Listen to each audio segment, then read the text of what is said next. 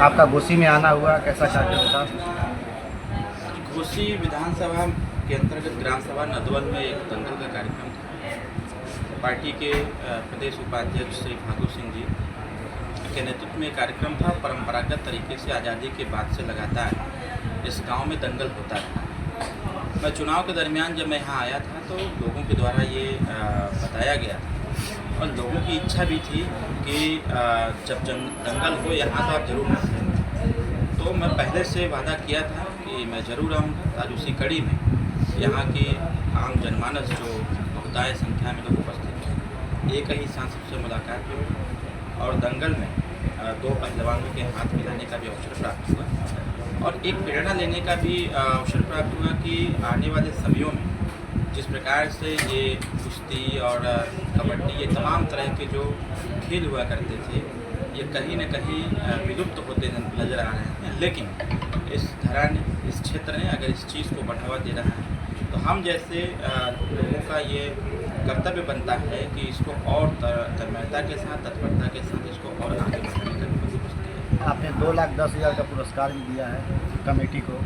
देखिए, इसको पुरस्कार नहीं कहा जा सकता, इसको प्रोत्साहन कहा जा सकता है, क्योंकि व्यक्ति कहीं न कहीं जब उसको प्रोत्साहित करेंगे, जैसे इस भीड़ में 4 जनरेशन के लोग, एक वो जो 90 साल का भी व्यक्ति बैठा था जो अपने समय में बहुत सारे दंगलों को देखा, एक वो जो 35 से 40 साल के बीच का रहा है, उसने कम दंगलों को देखा होगा, कम समझ रहा होगा, एक वो जो लगभग 18 से 22 साल के बीच का रहा होगा, वो उससे कम समझ रहा होगा, लेकिन एक वो भी व्यक्ति बैठा था उसमें जिसकी उम्र 10 साल, 12 साल, 15 साल थी। वो जरूर दंगल को देख करके कल्पना कर रहा होगा कि उस समय कैसा होता होगा। तो एक प्रोत्साहन था कि क्षेत्र में इस प्रकार के जो कार्यक्रम होते हैं, ऐसे कार्यक्रमों में कहीं न कहीं एक प्रकार से लोगों की मेहनत उजागर भी होती है। जो लोग इसमें पार्टिसिपेट करते हैं, भाग लेते हैं, ऐसे लोगों को जैसे बनारस से चल करके यहाँ तक आए थे, हमने उसमें कई हमारे परिचित भी पहलवान थे। बनारस जिस अखाड़ा से लोग आए थे उस अखाड़ा पर मैं खुद जाता रहता हूँ। तो एक दूसरे को मिलाने का भी है और सबसे अच्छी बात यह है कि ये जो एक अखाड़ा है, ये अखाड़ा कहीं दुश्मनी पैदा नहीं करता है। लोग लड़ते ज़रूर हैं जीतने के लिए, लेकिन लड़ने के बाद आपस में भाईचारा का संदेश भी देते हैं, जो संविधान भी कहता है देश में समता, स्वतंत्रता, बंधुत्व और न्याय होना चाहिए। इससे बहुत सारी चीज़ें, देखिए कहीं ना कहीं सारी चीज़ें एक दूसरे से कनेक्ट हैं और अगर कनेक्टिविटी को देखा जाए तो क्रिकेट के मैदान में एक दूसरे की विपरीत परिस्थितियाँ होती हैं, लेकिन जब कोई जीतता है, कोई हारता है, तो आपस में मिलजुल करते हैं। ये सारी चीज़ें जो कॉन्सेप्ट तैयार किए गए भारतीय संविधान के द्वारा, सब कुछ अच्छा चल रहा है। मैं तो बहुत बहुत धन्यवाद दूंगा इस क्षेत्र की जनता को कि जो परंपरा विगत समय से चलती आ रही थी, उस परंपरा को हमारे भागु भाई ने जीवित रखने का काम किया। उनको धन्यवाद देता हूँ और जो भी प्रोत्साहन हमारे द्वारा, माननीय विधायक जी के द्वारा या आम जनमानस के द्वारा प्रोत्साहन के तौर पर दिया गया, वो सिर्फ प्रोत्साहन नहीं है, वो आने वाले समय के लिए उनका कॉन्फिडेंस लेवल, उनका आत्मविश्वास और बढ़ाने का काम करेगा। खिलाड़ियों की बात की जाए तो जो खिलाड़ी हैं वो सीमित हो जाते हैं यहीं तक, तो ज़िंदगी भर यही दंगल, मतलब जिले जिले दंगल खेलते हैं। ओलंपिक भी आया, लेकिन उत्तर प्रदेश समाज से 6 प्लेयर गए।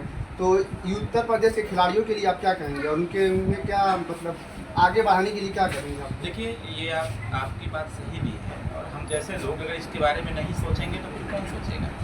और मैं तो निरंतर प्रयास करता रहता हूँ, जहाँ से भी सूचनाएं प्राप्त होती हैं हम लोग प्रोत्साहन के लिए भी उनको बाकायदे प्रोत्साहित भी करते रहते हैं। और इस पे सरकार का भी ध्यान होना चाहिए, क्योंकि ऑलरेडी सरकार के 69 विभाग में एक खेल विभाग भी है, तो उस पर सरकार को ध्यान देना चाहिए। और ऐसे जो बच्चे जो ग्रामीण क्षेत्रों में मेहनत करके जो अपनी प्रतिभा को ऐसे स्थानों पर उजागर करने का काम करते हैं, ऐसे लोगों का सिलेक्शन भी होना चाहिए। अगर आवास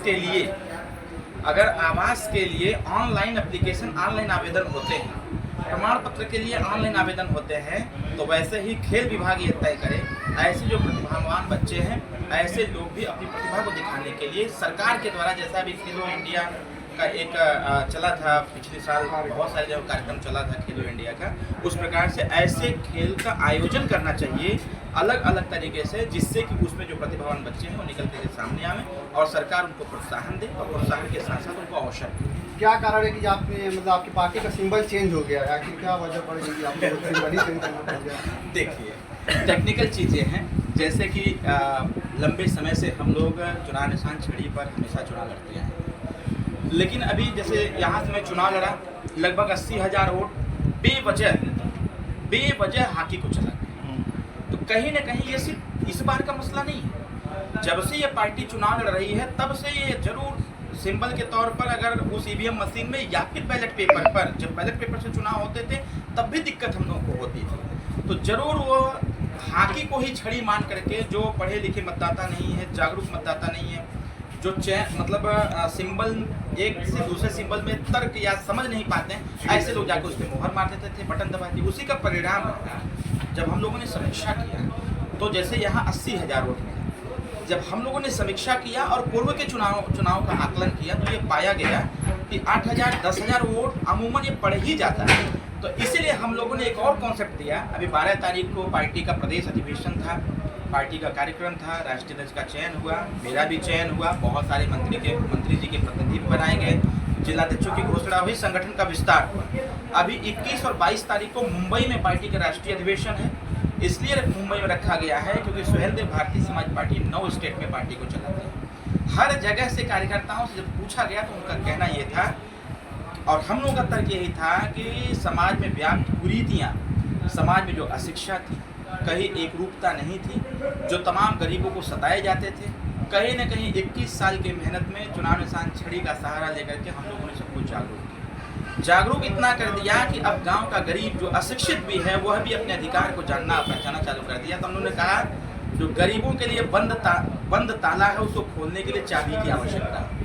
सुहेलदेव भारतीय समाज पार्टी का जब निर्माण हुआ था तो यही बात से निर्माण हुआ कि गुलामों को गुलामी का एहसास कराकर उनके पैरों में जकड़ी हुई बेड़ियों को तोड़ना सुहेलदेव भारतीय समाज पार्टी का मकसद है। और उस पैरों में जो बेड़ी लगी है उसमें ताला लगा है।